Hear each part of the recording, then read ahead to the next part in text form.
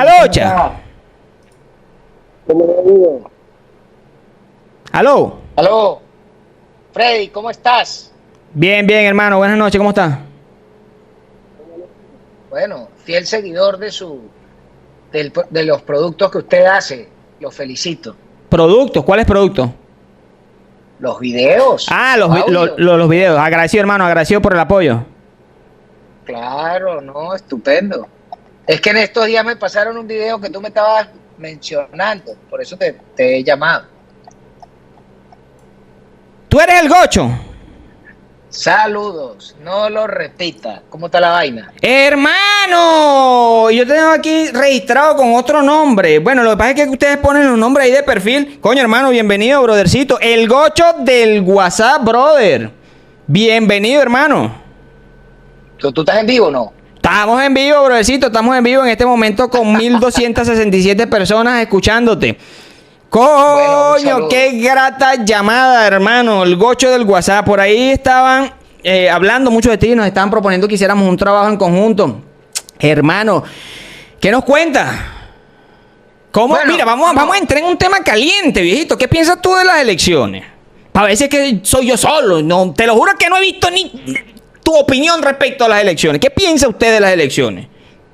No, yo he dicho que ahí, como dijo el Dante en la entrada del infierno, pierda toda esperanza. Ahí no hay nada que hacer. ¿Ok? Ese ejercicio es perder el tiempo por varias razones. La primera, porque tú no puedes ir a una elección cuando tú no puedes escoger tu candidato, y mucho menos si después no lo puedes elegir. Segundo, tú no puedes ir a una elección cuando una parcialidad controla todo el proceso de registro, controla los cuadernos electorales, controlan el software, controlan el plan República y además controlan el resultado final, porque ellos son dueños del software y de la maquinita, y además de eso, que no permiten hacer una auditoría en caliente, sino en la mitad de las papeletas, pero después de que tú tengas el resultado, ¿a quién le vas a reclamar? Le vas a reclamar a Elvis el Pavoso, ¿entiendes? Que ese es un ágrafo infeliz que no tiene ni la más peregrina idea de lo que es el proceso electoral. Él lo que hace es aplaudir y repetir lo que diga el Colotordoc.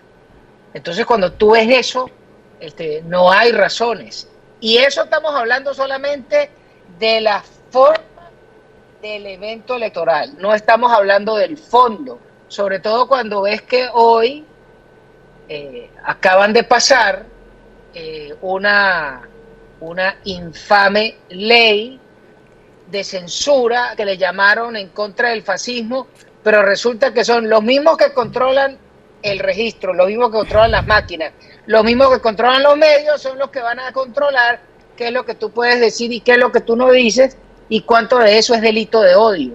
Pero por favor, la humanidad entendió que la libertad de expresión es la capacidad de expresarse, inclusive diciendo lo que no gusta. Y otra cosa muy importante, cuando a uno le dicen, mira, pero es que tú no puedes tener odio, ¿quién te dijo que no? Tú tienes el derecho de odiar y tú tienes el derecho de expresarte a una persona con odio. Tú lo que no puedes es calumniarlo.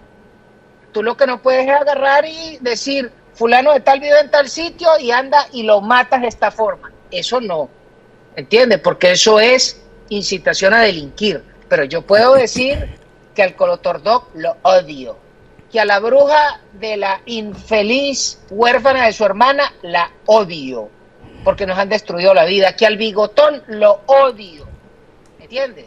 Tú como ciudadano puedes decir eso y no es delito. Es lo que llamaríamos libertad de expresión. Bueno, pero es que universalmente la libertad de expresión es eso, ¿entiendes? Entonces cuando estos tipos dicen que tú no puedes decir alguna pendejada, como por ejemplo lo que publicó el señor Avendaño, que él dijo que la reacción de la señora tenía que ser insurreccional, y por una palabra al tipo lo van a perseguir, le van a presentar cargos de terrorismo, le van a meter en la lista de solicitud de Interpol. Pero ¿hasta dónde puede llegar la locura de una cantidad de idiotas, independientemente si me guste o no lo que dice el señor, no, pero ese es su derecho a decirlo. Y lo peor es, que no puede... lo peor es esta posición frente a grandes delitos que han quedado en flagrancia, y más reciente los 23.000 millones de dólares que mucho pudiéramos lograr solucionar en Venezuela con esos 23.000 millones que fueron robados por el chavismo, por personas que puso Nicolás Maduro, porque no los puse yo, lo cual le implica, o digo yo, supongo yo, en alguna ley debe existir esta vinculación por responsabilidad, pero ninguno de los dos están presos. No, pero es que hay cosas más interesantes que esa. 23.000 millones es sencillo, es pichache para lo que se han robado estas ratas. Estamos hablando de que estos sujetos en 25 años han paseado teóricamente por el fisco nacional más de 1,4 trillones de dólares americanos, de los cuales, si no se han robado, o sea, si no se embolsillaron 700.000 millones, no se llevaron nada. Porque estamos hablando de los que pasaron por el fisco más el endeudamiento del país. ¿Y dónde dejas todo lo que cobraron por efecto del tráfico de Nevazúcar? ¿Dónde dejas todo lo que cobraron por la venta de oro? Estamos hablando de lo que es presupuesto, de lo formal. O sea, que unos tipos que tienen más de 700.000 millones de dólares para mantenerse en el poder, ¿tú crees que por qué todavía tienen vivo al Turco Tarek? ¿Ah? Bueno, porque al tipo lo mantienen vivo porque el tipo, su salvoconducto, o más o menos lo que lo mantiene con vida, es que el tipo no ha cantado dónde están los 23.000 millones. En que el tipo los entregue, en ese momento los pican en Chop Suey y le hacen la misma que le hicieron al teniente allá en Chile. ¿Entiendes? Entonces 23.000 millones es pichache. En comparación a lo que se han robado toda esa manada de ratas. Y el gran problema que tenemos del lado opositor es que no hemos entendido la profundidad del problema. No hemos entendido a qué nos estamos enfrentando. El problema es que en la oposición tratan a estos bichos como si fuera una contienda electoral entre adecos y copellanos de la década de los 80, y no entienden que se están enfrentando a un cartel de bandidos donde Pablo Emilio Escobar Gaviria es un pobre bolsas en comparación a estos tipos. O sea, estos tipos superaron en más del 1000% la capacidad de hacer daño de Pablo Escobar. Eso es lo que dirige la tragedia venezolana al día de hoy. Y de eso no queremos entender, no queremos hablar. Y la última es que el otro problema grave y sobre el cual yo hago críticas es que no se quiere hablar de lo que significa el problema petrolero y el problema verdadero de Venezuela, que no es cambiar a estos sarnosos para poner a la dama o poner a la señora o poner al filósofo del Zulia o poner al que sea. Ese no es el problema.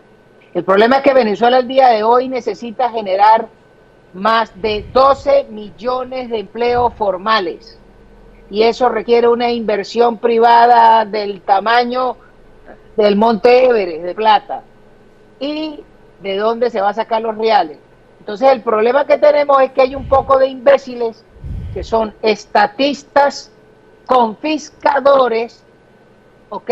Tanto del lado rojo como del lado azul, y estos tipos no han terminado de entender que el país necesita cambiar su Estado de Derecho, que necesita cambiar su grupo de leyes sobre el cual van a venir a invertir en Venezuela. Explícame cómo están invirtiendo real en Guyana al día de hoy, que va a ser el futuro Dubái del continente americano, y cómo vamos a competir nosotros contra los guyaneses que sí respetan la propiedad, que sí respetan los contratos y que sí le abren las puertas a los inversores, y nosotros se las pegamos en la cara.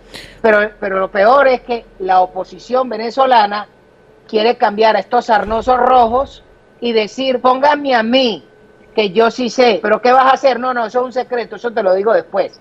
Pues con ese cuento no me enamoran a mí. Te copio, disculpa. Está de moda el tema de simplificar y creo que lo resumiste de una manera excelente en el sentido de lo superficial que se están tomando las vainas, incluso la comparación que hiciste con el tema de las elecciones en cuarta y todas estas mariqueras, aun cuando hay grandes diferencias que separan una cosa de la otra. Como digo yo, no hay que confundir el culo con las navidades, ya que en cuarta no había máquinas, ya que en cuarta existían derechos y estos derechos dan cuenta de estos derechos el hecho de que un exconvicto, golpista, asesino como Hugo Rafael Chávez Frías pudiera llegar al poder mediante las elecciones, no controlando él los poderes electorales para ese entonces. No es lo mismo que sucede el día de hoy, pero es importante los paréntesis que has agregado. Bueno, es que, insisto, el problema al día de hoy es que seguimos sin entender que la corporación criminal que dirige el chavismo venezolano es de tal magnitud que los tipos fueron capaces de robarle el resultado al catire Trump allá en los Estados Unidos. Los tipos se robaron la elección en Colombia para Petro. Los tipos intentaron robarle la elección a Milei. Lo que pasa es que la Bullrich, que venía picada de culebra de la elección anterior, tomaron las suficientes precauciones para que no los guisaran, pero en la primera vuelta los habían guisado. Pero es que además se robaron la elección en España, y además se robaron la elección en Kenia, y además se robaron la elección en Filipinas. Brasil. Y entonces, y por último, y se la robaron en Brasil. Y después de todo eso, entonces no me van a venir a mí con el cuento, es que nadie nos saca de la ruta electoral. Pero ¿quién te dijo a ti que tú vas a una ruta electoral cuando los tipos manejan la trampa y manejan el resultado? Por favor.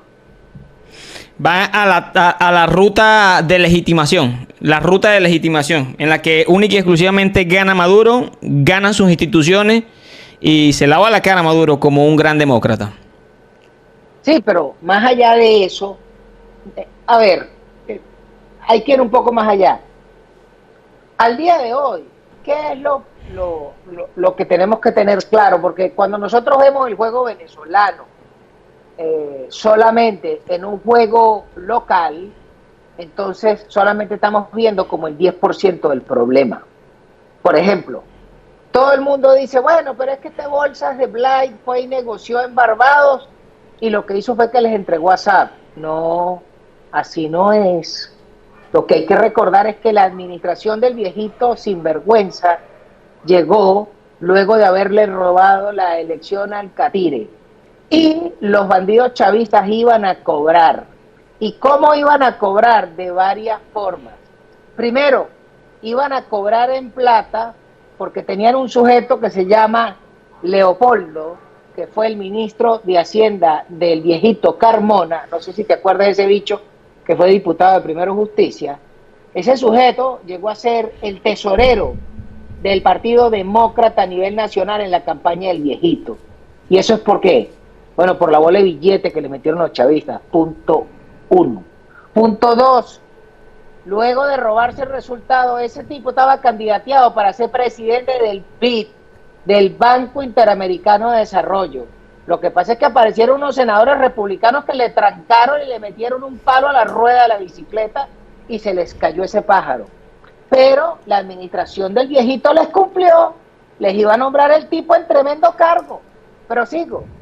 Después siguieron avanzando y sueltan a los narcotraficantes de los sobrinos, que esos bichos estaban convictos, confesos y presos con una sentencia firme y se los sueltan. Después le quitan las sanciones al otro sobrino que tenía sanciones de no PAC, pero ese era el tesorero de la pareja de la bruja de Silita con el bigotón. Y después de eso, entonces la guinda de la torta era soltar a Pedro el Enconoso, el muchacho de Barranquilla. Y esa fue la guinda de la torta. ¿Y tú crees que el Bolsas de Blay tenía algo que decir? Ninguno de los imbéciles de la oposición venezolana tenía nada que decir en esa mesa. En esa mesa era una negociación entre el Coloto Ordoc, el señor González, que lo rasparon hace apenas unos días los americanos, de la oficina del Asesor Nacional de Seguridad, y el actual subsecretario, el señor Nichols, que es el negrito ese que sale en la foto de la patilla. Sí. Que para los que saben, ese rolo es comunista, ¿oíste? Ese tipo no es ningún funcionario de una vaina, no es un comunista más. Y el señor González era otro comunista más. Entonces, ¿qué es lo que pasa? Hay gente que habla, no, bueno, tú sabes que el Departamento de Estado, no, el Departamento de Estado, coño. El señor González fue la perra del pintado de Chicago que negoció la apertura con Cuba. Ese tipo fue el que cuadró el juego de béisbol en La Habana para que fuera el pintado y la crema del Partido Demócrata sacase la foto con el barbudo y su hermano. Ese sujeto fue el que cuadró la negociación de paz de la guerrilla de la FARC, que produjo un premio Nobel de la Paz. Ese era el señor González. Ese era el bicho que estaba negociando el acuerdo de Barbados, dizque para el beneficio de los venezolanos. Me lo maman. Entonces, cuando a ti no te, cuando te tiran talco en la cara y te quieren solamente poner un titular o pretender poner un nombre, pero no te ponen en contexto los sujetos, entonces te están tirando talco en la cara. Y lo terrible es que la oposición haya ido a esos eventos con esos jugadores en ese contexto donde no teníamos nada que ganar. Y todo era solamente para complacer a los chavistas, porque ellos tienen que asegurar al viejito dormilón cómo se roban la elección en noviembre al Catire. Eso es la triste realidad de lo que está pasando ahí, y a nosotros creen que somos pendejos y nos están tirando talco en la cara. Ok, bueno, pero suponiendo que toda la información que dice respecto a la disposición que tenía Biden en todas las entregas al régimen de Nicolás Maduro, los acuerdos previos que ellos tenían por colaboración o por lo que sea, podemos estar de acuerdo que por Gerardo Blay ser la figura de oposición, entre comillas, visible frente a los diálogos, es responsable de la liberación de Alex Saab, de la... Ese le cae el arroz y le cae el piojo y le cae de todas las 7 plagas de Egipto. Okay, porque si tú me dices a mí, mira, ven para una negociación en la que no vamos a negociar un coño de la madre, sino que simple y llanamente vamos a decir que estamos negociando, pero luego yo salgo y digo que se tomaron unas decisiones gracias a esas negociaciones, yo soy cómplice porque yo acepté estar en esas negociaciones por figurar. Entonces, yo sí mantengo mi punto firme de que Gerardo Blay es responsable y son los logros que se han obtenido, al menos en los últimos años, respecto a algo que verdaderamente se considere como logro. En este caso es la liberación de Alex Saab, gracias a Gerardo Blay y su participación en los acuerdos de Barbados. Bueno, ese fue el último acuerdo, pero acuérdate que desde que llegó el régimen de este viejito corrupto, lo que han hecho es negociar. Lo que pasa es que la sede ha cambiado. Negociaron en Qatar, negociaron en Noruega. Lo último que se negoció fue en Barbados, pero también fueron a negociar en México. Es que han negociado como en 7 sitios. Es que negociada plata, es que esos viáticos dejan plata, Gocho. Fíjate, aquí me están preguntando una vaina que siempre me preguntan. Yo personalmente voy a responder por mí, no. Dicen Gocho solución Gocho. Supongo que es una solución, como estás diciendo que no se puede votar y como estás diciendo que el régimen tiene todo controlado, que mentiras no son y que pues cualquiera puede contactar simple y llanamente entrando en las páginas, en sitios oficiales de estos organismos. Yo respondo por mí. Yo no soy político. Yo no soy estratega político. Yo no estoy aquí para dar soluciones. Las soluciones las proponen los políticos.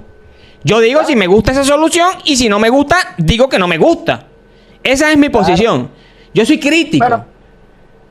Yo no soy estratega político, yo no soy político, yo no soy nada de eso. Yo respondo por mí. ¿Qué dices tú, hermano? ¿Cuál es la solución según tú? Sí, pero lo interesante es que tú tienes una voz que se escucha desde hace mucho tiempo, que tiene más credibilidad que mucho opinador calificado de esos lerdos graduados en las superuniversidades que no tienen nada que decir. Tú por lo menos expresas en lo limitado de tu conocimiento, pero con el corazón abierto y con la verdad. Agradecido, hermano, por el reconocimiento. Pero hay que sumarle a eso, ¿ok? Una solución. Bueno, hay soluciones. Por ejemplo, la primera solución es que si la señora dijo que ella iba a montar lo del 650K, que es montar 650.000 testigos de mesa. Bueno, que los monte, pero que los monte en el extranjero. Si hay 8 millones de venezolanos afuera, de los cuales tienen edad para votar cerca de 5 millones, bueno, pues esos son un padrón electoral. Ella debería plantear un esquema de organización donde la gente pueda hacer un cuaderno que tenga la cédula, y el que pueda probar que es venezolano pero que no tiene cédula porque nació, se fue del país hace 10 años, no se ha podido cedular, pero que se prueba con partida de nacimiento que es hijo de padre y madre venezolano, pues ese tipo es venezolano por lo que se llama ius sanguinis, y ese tipo tiene derecho a votar. Y si usted monta una operación de 650.000 individuos, donde se hagan unas mesas, donde la gente vaya a votar frente a los consulados de Venezuela y frente a las embajadas de Venezuela en los diferentes países del mundo, y que usted puede recoger 2 o 3 millones de electores, usted puede decir, aquí se hizo un esfuerzo, aquí hay una forma de roncar y aquí se le está dando un apoyo a la posición de la señora, pero tienes que ponerte creativo. Que eso no cambia el resultado, no lo va a cambiar. Justamente a eso iba, porque es que fíjate, estamos enfrentando una realidad expuesta por el Villamoroso de 10 millones de votos, y según lo que me estás comentando son 8 millones de venezolanos en el extranjero, aún nos faltan 2 millones. No, pero ya va, yo estoy hablando... Suponiendo que se jueguen a los 10. Está bien, pero yo lo que estoy diciendo es que si tú quieres demostrar que tienes capacidad de organización, que tienes liderazgo y que eres capaz de animar a los venezolanos, anima a los que están afuera, porque a esos que están afuera no los pueden perseguir ni aplicarle la ley de fascismo. No, eso, pero es que eso es falso, hermano. Eso es falso. Fíjate, hoy mismo hablé de esa situación respecto a que sí hay formas y mecanismos de perseguir a venezolanos, en Colombia al menos. En Chile quedó más que demostrado. Pues miren, Estados Unidos mismo, los Estados Unidos está deportando militares que tienen procesos abiertos en Venezuela. El tema de la persecución no se limita única y exclusivamente a Venezuela. Por el contrario, fuera de Venezuela es más sanguinaria, es más fuerte, más destructiva, y creo que yo vi un video de un funcionario policial como lo joden en la frontera simple y llanamente por estar escapando del régimen. Esto lo hicieron los brazos armados del régimen, que bueno, puede ser el DGCIN o bien puede ser el Tren de Aragua, que es la misma vaina. Entonces sí se corre un peligro. Puede ser el ELN, o puede ser la FARC, o pueden ser los montoneros, o pueden ser los mapuches, porque en el fondo toda esa corporación criminal tiene 100.000 tentáculos, y cuando tú tienes 700.000 millones de dólares para mantenerte en el poder, tú puedes aceitar al que sea donde sea. Pero, insisto, tú me estabas preguntando qué se puede hacer.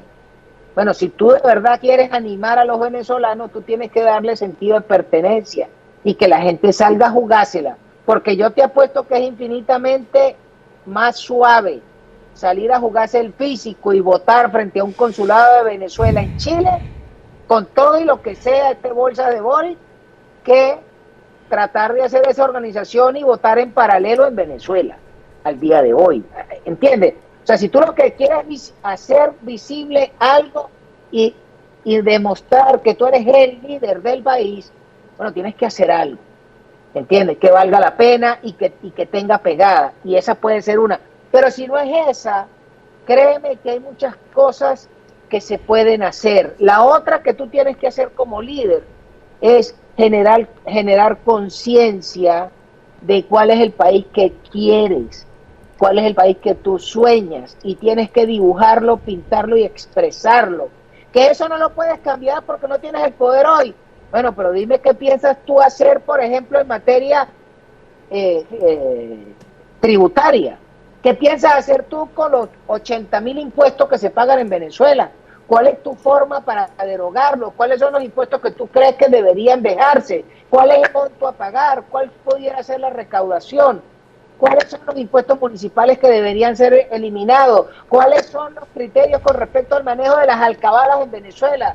¿Cuál es el criterio que tú quieres imponer, implantar para cambiar la forma de ver las Fuerzas Armadas en Venezuela? Porque el problema para Venezuela, en un país de más de 1 millón de kilómetros cuadrados, con todo y la zona económica exclusiva y el mar territorial, es que tú necesitas unas Fuerzas Armadas. Pero, ¿cuál es el modelo de las Fuerzas Armadas que tú quieres? O sea, hay una cantidad de cosas que se pudiesen hacer para expresar el liderazgo, y de eso no se quiere hablar. Y allí es donde tenemos el déficit.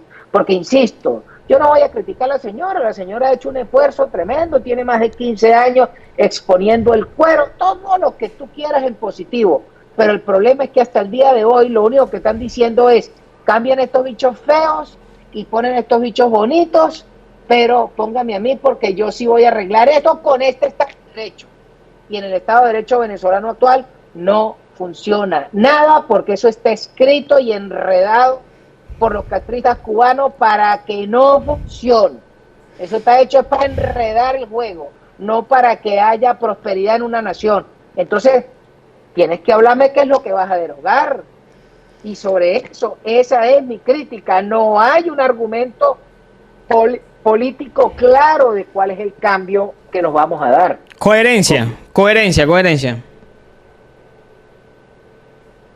Pues sí. Entonces, pues caramba, muchas gracias por tu tiempo, por aceptar la llamada. Te deseo el mejor de los éxitos y sigo acuciosamente lo que publicas, porque me parece muy interesante la forma en que lo expresas. Agradecido, hermano. Igualmente, el cariño es mutuo.